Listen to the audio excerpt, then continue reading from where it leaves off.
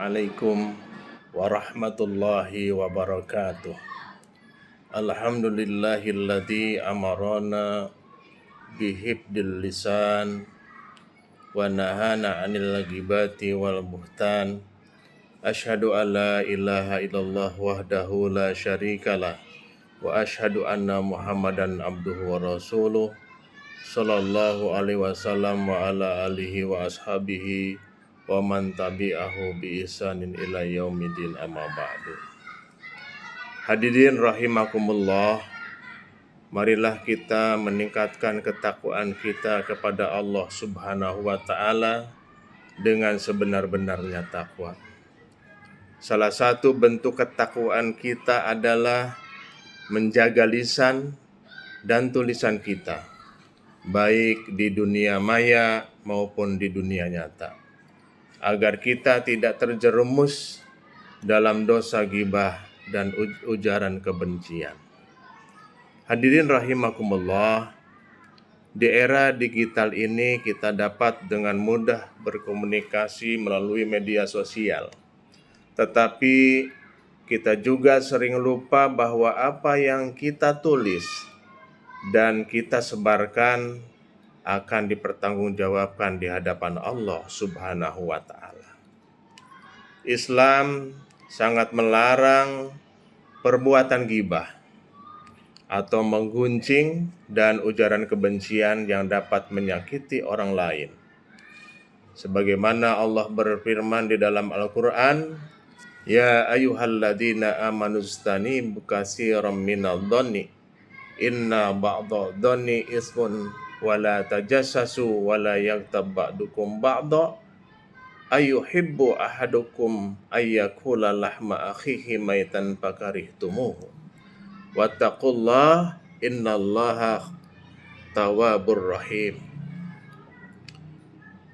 Yang mana dalam ayat ini inti daripada kandungan Al-Qur'an di dalam Surat Al-Hujurat ayat 12 ini, yang pertama adalah Allah melarang kita untuk berprasangka. Yang kedua, Allah melarang kita untuk mencari-cari kesalahan orang lain. Dan yang ketiga, yaitu Allah melarang untuk bergunjing. Ayat ini dengan tegas melarang kita dari ghibah, karena menggunjing seseorang diibaratkan seperti memakan bangkai saudaranya sendiri. Sayangnya, di media sosial kita sering terjebak dalam ghibah, seperti menyebarkan aib seseorang, membicarakan keburukan orang lain, atau menyebarkan berita tanpa tabayun atau klarifikasi. Selain ghibah, ujaran kebencian juga menjadi fenomena yang marak di dunia maya. Sehingga Nabi Muhammad SAW mengingatkan kepada kita agar berhati-hati dalam berbicara. Kata Rasul, "Man kana yu'minu billahi wal yaumil akhir falyaqul khairan aw liyasmut."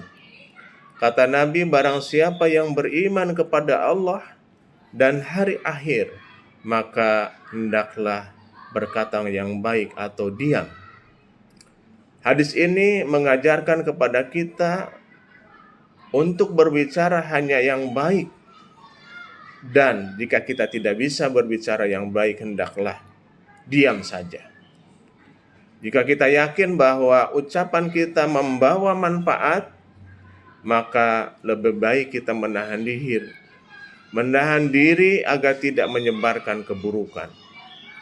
Sebagai seorang muslim, kita harus menjaga etika dalam berkomunikasi, termasuk di media sosial. Beberapa langkah yang bisa kita lakukan untuk menghindari ghibah dan ujaran kebencian di dunia maya antara lain, yang pertama, berpikir sebelum menulis atau berkomentar. Pastikan apa yang kita sampaikan membawa manfaat dan bukan keburukan. Yang kedua, tabayun sebelum menyebarkan berita. Jangan mudah percaya dan menyebarkan informasi yang belum jelas kebenarannya. Yang ketiga, Gunakan media sosial sebagai ladang kebaikan. Sebarkan ilmu, sebarkan motivasi dan pesan bagi orang yang bermanfaat untuk orang lain. Yang keempat, jaga hati dari kebencian. Jika kita tidak suka dengan seseorang, lebih baik mendoakannya daripada menyebarkan keburukan tetangga.